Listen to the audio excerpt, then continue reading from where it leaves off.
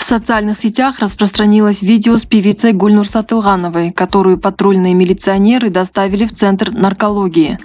Автор ролика утверждает, что артистка управляла машиной в пьяном состоянии. В патрульной милиции 29 октября сообщили, что инцидент произошел еще 26 сентября. В тот день сотрудники управления патрульной милиции на пересечении проспекта Чуй и улицы Гоголя остановили Toyota Land Cruiser, потому что за внедорожником числились неоплаченные штрафы. За рулем была Гульнур Сатылганова. Патрульные заподозрили, что певица могла быть в алкогольном опьянении. Ее доставили в наркологию, где тест показал наличие алкоголя в крови. Машину водворили на штрафстоянку. Спустя время она оплатила штраф и забрала автомобиль.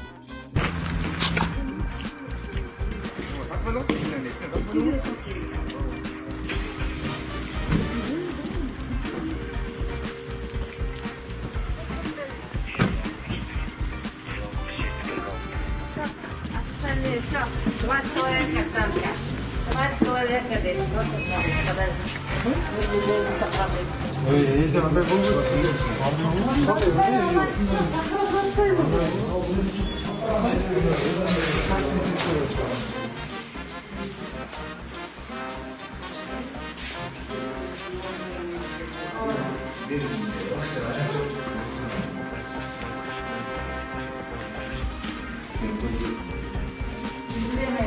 Я надо не человек.